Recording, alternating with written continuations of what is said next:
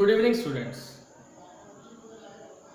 आज मैं बायोलॉजी पहले तो जिस क्लास का डील करूंगा वो है क्लास 8 और जिस चैप्टर को आज डील करूंगा वो है क्रॉप प्रोडक्शन एंड मैनेजमेंट। ये मेरा फर्स्ट लेक्चर है क्रॉप प्रोडक्शन एंड मैनेजमेंट का। ठीक है, तो चैप्टर का नाम क्या है? Crop production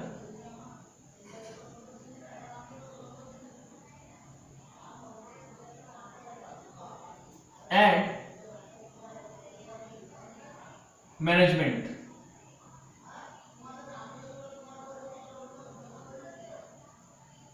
crop production and management. ठीक है,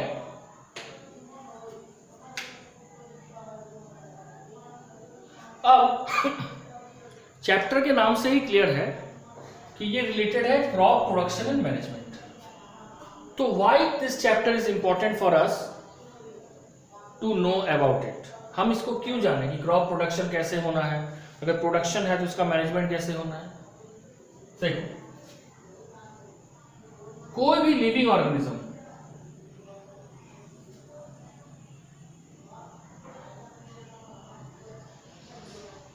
ठीक है, चाहे वो प्लांट हो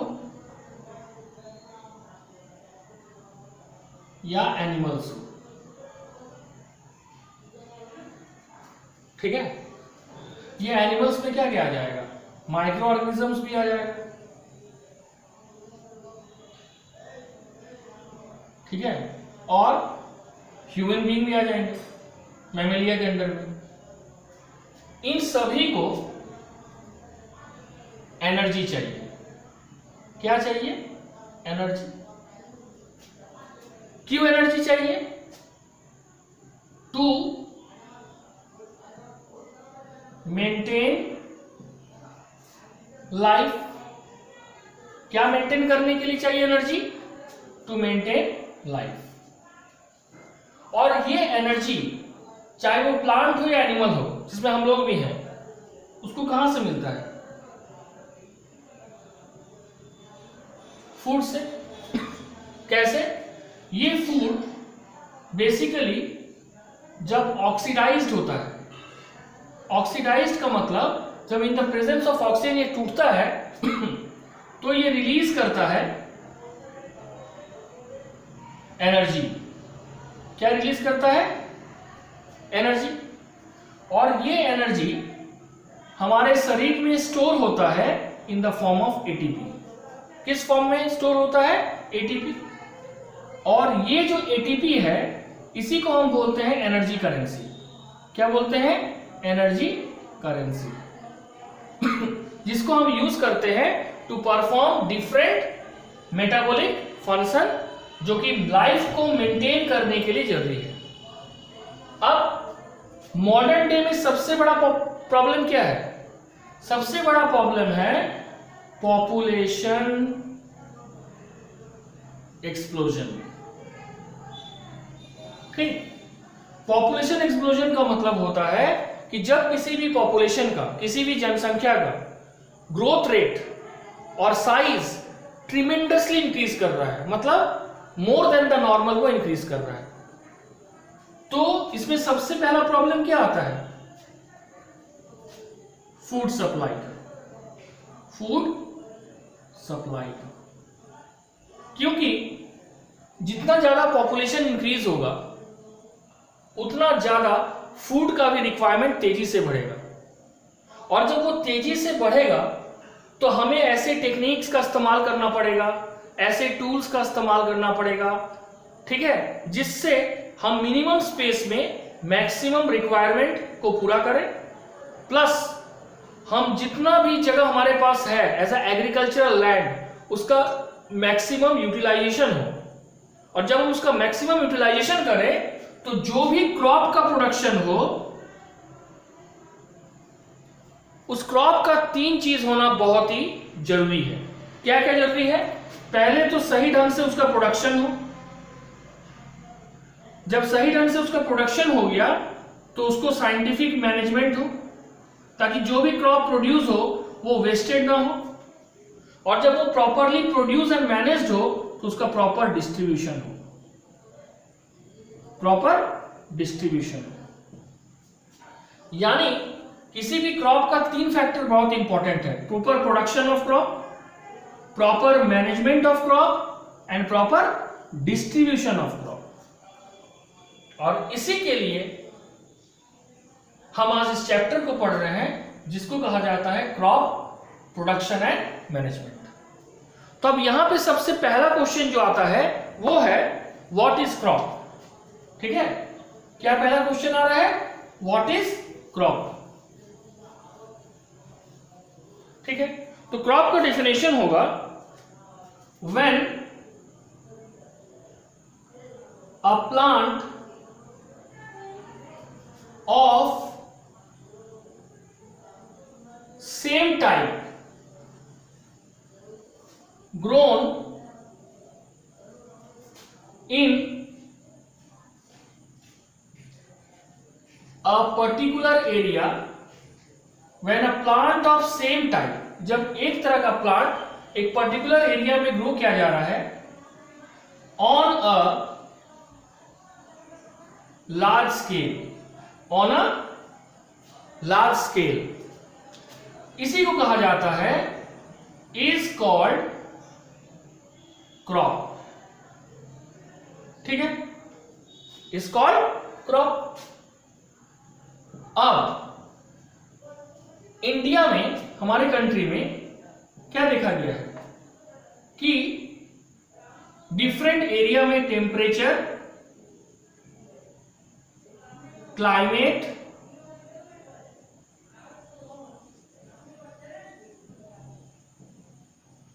ह्यूमिडिटी परसेंटेज और type of soil, type of soil, ये सभी डिफरेंट है। ठीक है, जब इंडिया के हर एक पार्ट का टेम्परेचर डिफरेंट है, क्लाइमेट डिफरेंट है, ह्यूमिडिटी का परसेंटेज डिफरेंट है, टाइप ऑफ सॉइल डिफरेंट है, तो नेचुरल बात है कि इंडिया के डिफरेंट पार्ट में डिफरेंट वैरायटीज ऑफ क्रॉप को ग्रो किया जाता है, डिफरेंट वैरायटीज ऑफ क्रॉप को ग्रो किया जाता है। ठीक है, और इस डिफरेंट वैरायटीज ऑफ क्रॉप को basically on the basis of syllabus of 8 दो क्रॉपिंग पैटर्न में डिस्ट्रीब्यूट किया गया है, एक खरीफ क्रॉप और एक रबी क्रॉप। ठीक है, thus there are two broad categories। किसका कैटेगरीज ऑफ ग्रोइंग क्रॉप? पहला है खरीफ क्रॉप और दूसरा है रबी क्रॉप। ये जो खरीफ क्रॉप है ये रेनी सीजन में ग्रो किया जाता है। रेनी सीजन मतलब जून टू सितंबर। ठीक है, और जो रबी क्रॉप है ये ग्रो किया जाता है विंटर सीजन में। विंटर सीजन का मतलब अगस्त, ठीक है, कहां से? अगस्त से लेके मार्च तक। खरीफ क्रॉप का जो बेसिक है वह है राइस, वीट, मेज, सोयाबीन। रबी क्रॉप का मेजर क्या हो जाएगा? इसका हो जाएगा पी, बीन, लिनसीड, ये सब हो जाएगा रबी क्रॉप। एक समर सीजन में भी होता है, इसको जैद बोलते हैं, but that is not included in the NCERT syllabus. ठीक है, अब ठीक है, विंटर सीजन को हम अक्टूबर में लिख सकते हैं। ठीक है, यहां तक हो गया। अब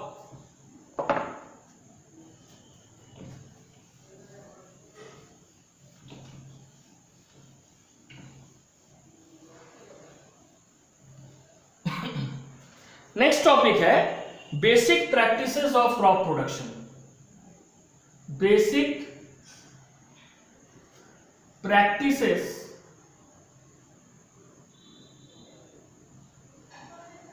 ऑफ क्रॉप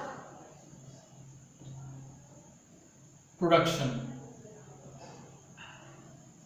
ठीक है, basic practices of crop production. देखो, कल्टीवेशन ऑफ क्रॉप जो होता है, मतलब अनाज को जो हम उपजाते हैं, ये बहुत सारे एक्टिविटी को इन्वॉल्व करता है। और ये जो एक्टिविटी है वो फार्मर्स के द्वारा यूज किया जा रहा है बहुत समय से। ये जो एग्रीकल्चरल प्रैक्टिसेस है या मेथड्स है जो फार्मर के द्वारा यूज किया जा रहा है for the cultivation of crops are called agricultural practices. ठीक है, तो क्या लिखेंगे? The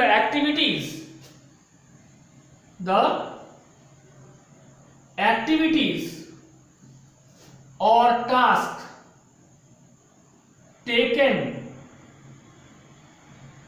by the farmers for the production of crops are called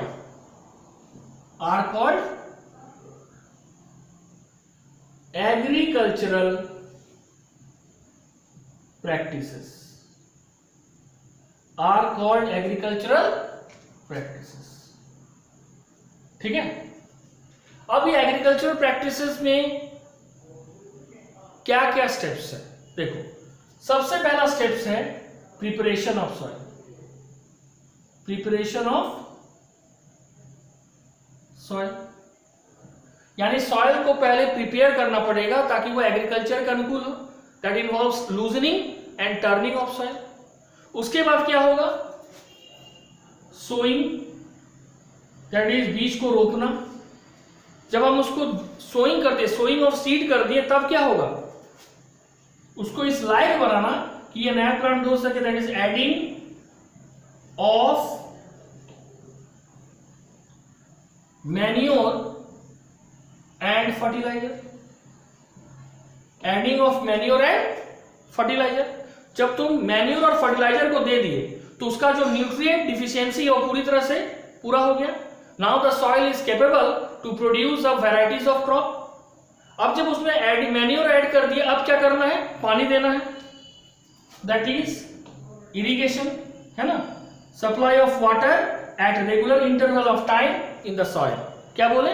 supply of water at regular interval of time in the soil is called irrigation. अब जब irrigation कर दिए तो क्रॉप जब ग्रो होगा उसके साथ अनवांटेड प्लांट भी होगा और उससे हमें उसे बचाना है। किसको बचाना है? कल्टीवेटेड क्रॉप को।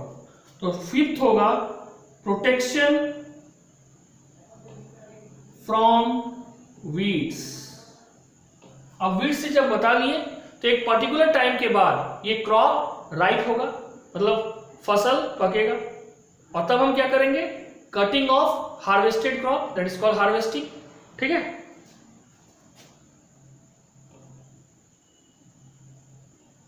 जब हम इसको कटिंग कर लिए मैच्योर क्रॉप को, तो last but not the least सबसे बड़ा चैलेंज है स्टोरेज ऑफ क्रॉप।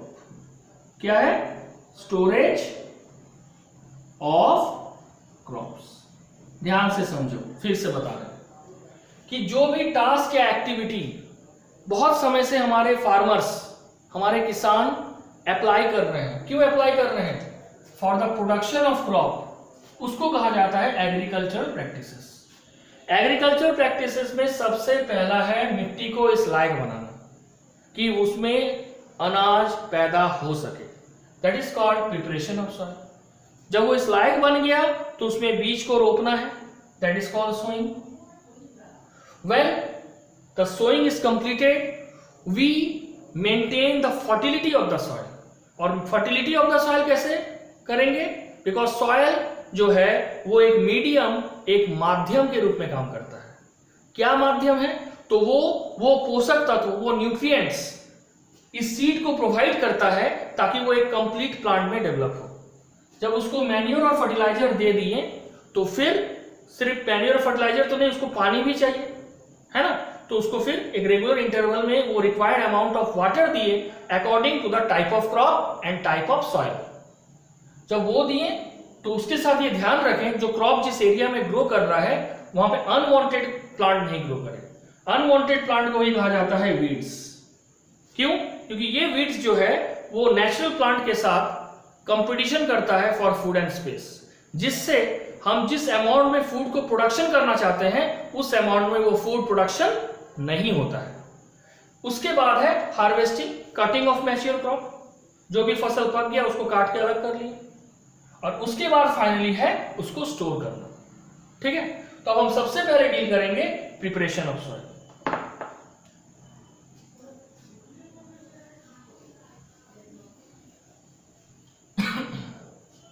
देखो, प्रिपरेशन ऑफ सॉइल में क्या होता है? इसमें दो चीज होता है। पहला लूजनिंग ऑफ सॉइल और दूसरा टर्निंग ऑफ सॉइल।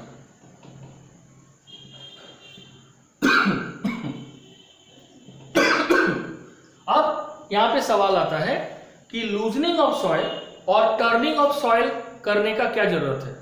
सबसे पहले जब बड़ा बड़ा मट्टी का जो टीला होता है उसको जब तक हम लूजनिंग नहीं करेंगे और टर्निंग नहीं करेंगे तो जो बड़ा पार्टिकल्स है सॉइल का, it will not converted into the smallest particle of soil. दूसरा, जब हम सॉइल को लूजनिंग और टर्निंग करेंगे, पलटेंगे, तो द सॉइल बिकम पोरस, उसका पोरोसिटी इंक्रीज करेगा, जिसका फायदा क्या होगा? रूट जब deeper layer of the soil में जाएगा, अंदर गहराई तक जाएगा, it can easily get the required amount of air, यानी ऑक्सीजन उसको आसानी से मिलेगा। ठीक है। तीसरा, जब सॉइल लूज होगा तो इसमें आसानी से अर्थवॉर्म और अदर माइक्रोब्स ग्रो करेगा। जब अर्थवॉर्म और अदर माइक्रोब्स इस सॉइल में ग्रो करेगा तो इट इंक्रीज, क्या करेगा? It increase the humus of the soil. ये सॉइल में ह्यूमस यानी डार्क एमोर्फस सब्सटेंस को इंक्रीज करेगा, और ये सभी फैक्टर मिलके सॉइल के फर्टिलिटी को एनहांस करेगा, सॉइल के वाटर होल्डिंग कैपेसिटी, पानी को पकड़ के रखने की जो क्षमता है, द कैपेसिटी है, उसको ये बढ़ाएगा। ठीक है, इसलिए हम प्रिपरेशन ऑफ सॉइल को फर्स्ट स्टेप में रखते हैं फॉर एग्रीकल्चरल प्रैक्टिसेस। अब एग्रीकल्चरल प्रैक्टिसेस में ये जो प्रिपरेशन ऑफ सॉइल किए हैं, इसमें एग्रीकल्चरल इंप्लीमेंट्स है। एग्रीकल्चरल क्या है? इक्विपमेंट्स या इंप्लीमेंट्स? इंप्लीमेंट्स है। इसमें क्या क्या है? पहला है प्लग, प्लग है, ठीक है। दूसरा है हो, और तीसरा है कल्टीवेटर। कल्टीवेटर, प्लग तो बहुत आसान है, जो सिंचाई करते हैं। इसमें एक वुडन ब्लॉक होगा, है ना, बड़ा सा। इसमें एक ट्राइंगुलर आयरन का शाफ्ट होगा जिसको प्लव शेयर कहते हैं, है ना। क्या कहते हैं? प्लव शेयर आयरन का होगा, triangular plug share.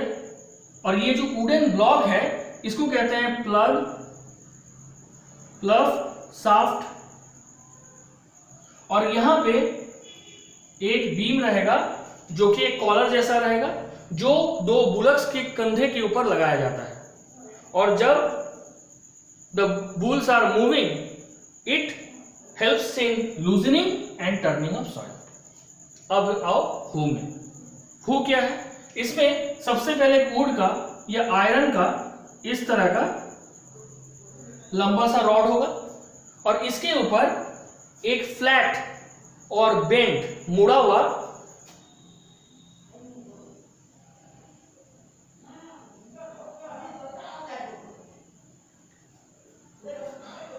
Iron soft होगा, ठीक है, ब्लेड होगा आयरन का। इससे फायदा क्या होता है, सबसे पहला इसका यूज जो किया जाता है वो है रिमूवल ऑफ वीड्स, और दूसरा काम किया जाता है टर्निंग ऑफ सॉइल। लेकिन मॉडर्न डे में क्योंकि स्मार्ट वर्क होता है, वर्क तो है बट स्मार्ट वर्क, तो यहां पे मिनिमम टाइम में मैक्सिमम टाइम काम करना है, तो क्या किया जा रहा है, कल्टीवेटर को यूज किया जा रहा है। ये क्या होता है, इस तरह से मल्टीपल ट्यूब्स होता है जिसका एंड एकदम नुकीला होता है, आयरन का बना हुआ होता है। It is attach in the back of the tractor, और ट्रैक्टर जैसे जैसे चलता है वो लगातार मट्टी का जो बड़ा पार्ट है वो तोड़ते हुए और घुमाते हुए जाता है। That is called cultivator. ठीक है, ये तीनों समझ आ गया। अब प्रिपरेशन ऑफ सॉइल के बाद नेक्स्ट क्या है, नेक्स्ट है सोइंग ऑफ सीड, अनाज को, बीज को मट्टी में डालना। ये कैसे होगा देखो।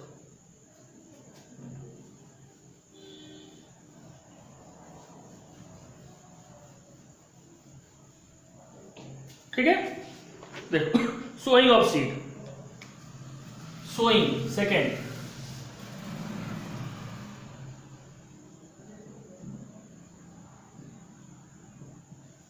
सोइंग किसको कहा जाता है, sowing it is the distribution of seed in a soil, it is the distribution of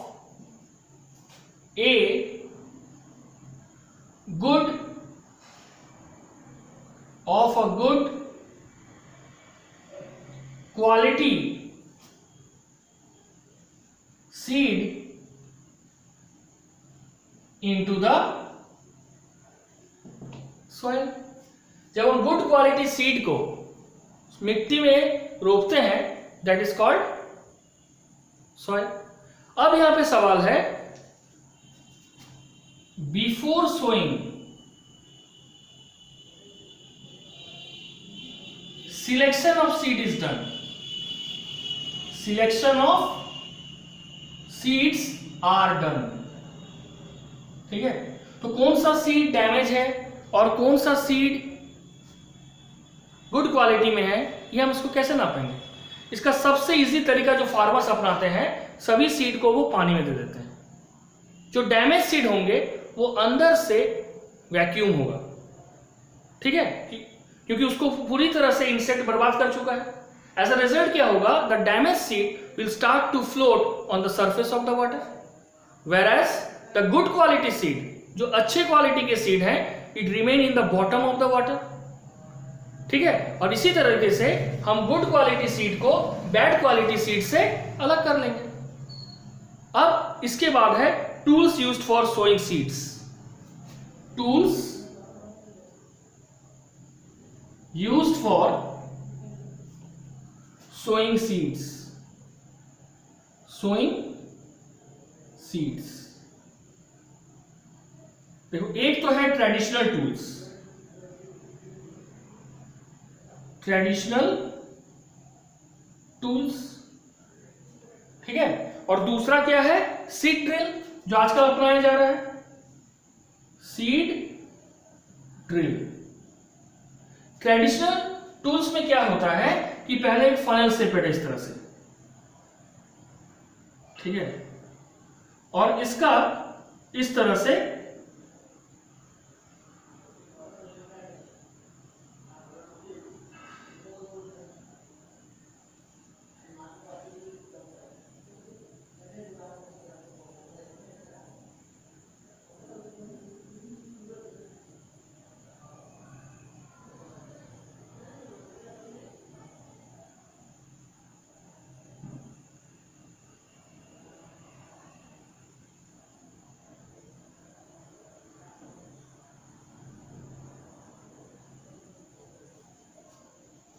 दो से 3 या 4 ट्यूब होता है। इस फनल के ऊपर सीड को भरा जाता है। ये सीड आस्ते आस्ते इसके थ्रू इस ट्यूब में आता है, और इस ट्यूब का जो नीचे वाला एंड है वो पॉइंटेड होता है और जिसका एंड ओपन होता है। इसके थ्रू मिट्टी में ये सीड लगातार सोन होता है at a regular distance. Seed drill में क्या किया है, सेम टाइप का है। ट्रैक्टर्स के पीछे इस तरह का एक वुडन या आयरन का लगाया जाता है और इसमें इस तरह का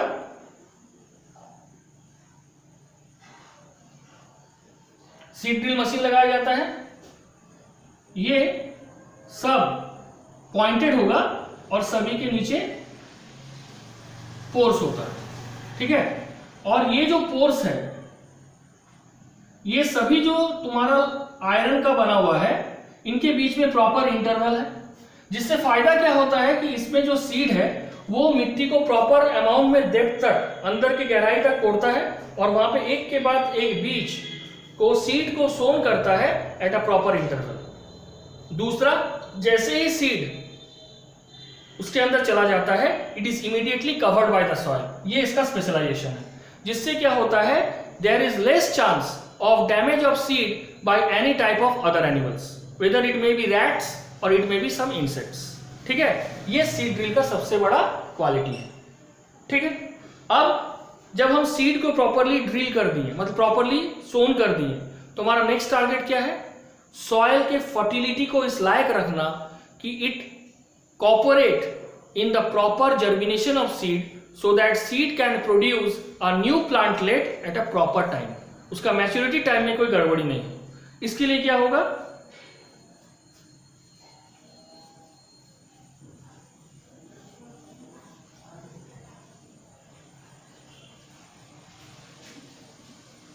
use adding manure and fertiliser. Third क्या है, adding manure and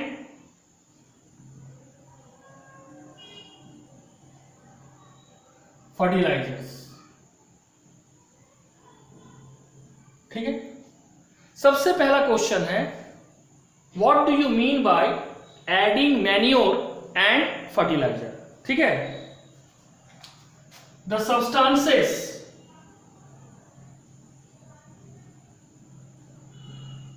which are added in the soil in the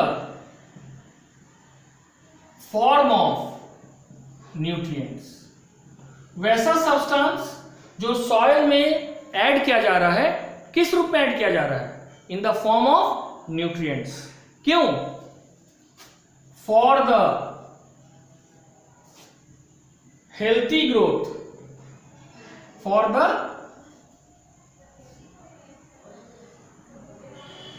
healthy growth of the seed, ताकि सीड सही ढंग से ग्रो करे और एक नए प्लांटलेट को प्रोड्यूस करे, ठीक है।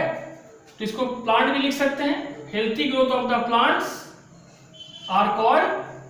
is called adding manure and fertilizer।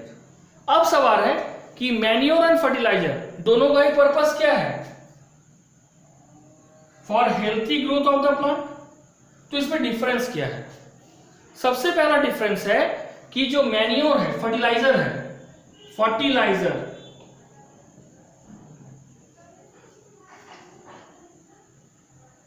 ये इनऑर्गेनिक है,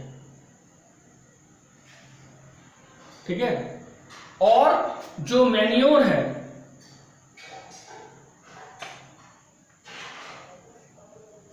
ये dead and decaying parts of cow dung, excreta and remains of the plant से प्रोड्यूस होता है, यानी इसका नेचर होगा ऑर्गेनिक,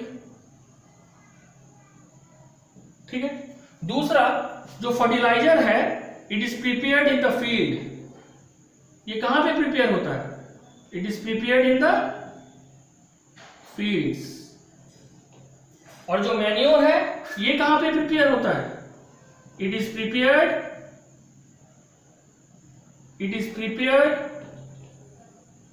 इन द फर्टिलाइजर होता है प्रिपेयर्ड इन द फैक्ट्री और मैन्योर होता है प्रिपेयर्ड इन द फील्ड, ठीक है।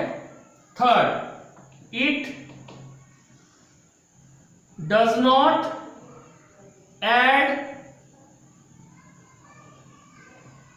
Humus to the soil. ये ह्यूमस यानी डार्क एमोर्फस सब्सटेंस को सॉइल में ऐड नहीं करता है। इट जो मैन्योर होता है it adds humus to the soil, ठीक है।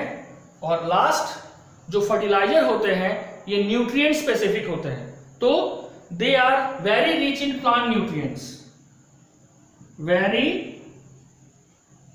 Rich in plant nutrients. Fertiliser जो होते हैं इसका सबसे बड़ा गुण यही है, प्लस पॉइंट। और ये जो होता है ये न्यूट्रिएंट स्पेसिफिक होता ही नहीं है, it is less rich in plant nutrient. और 5 नंबर पॉइंट नोट्स में नहीं होगा। Fertiliser is easy to carry because it is a light weight compound, जबकि जो मैन्योर है it is very bulky and it is hard to carry from one place to another, ठीक है। तो this is the difference between fertiliser and manure. तो adding manure and fertiliser का main purpose है कि हम सॉइल में न्यूट्रिएंट्स ऐड कर रहे हैं। क्यों? Because we all know that soil जो है ये एक मीडियम, एक माध्यम के रूप में काम करता है जो प्लांट के लिए न्यूट्रिएंट देता है, और यही न्यूट्रिएंट को यूज करके प्लांट एक प्रॉपर टाइम में, एक प्रॉपर रेट में ग्रोथ को अचीव करता है। That is very important to need और to meet the requirement of crop production in any country. That's all for today. Thank you.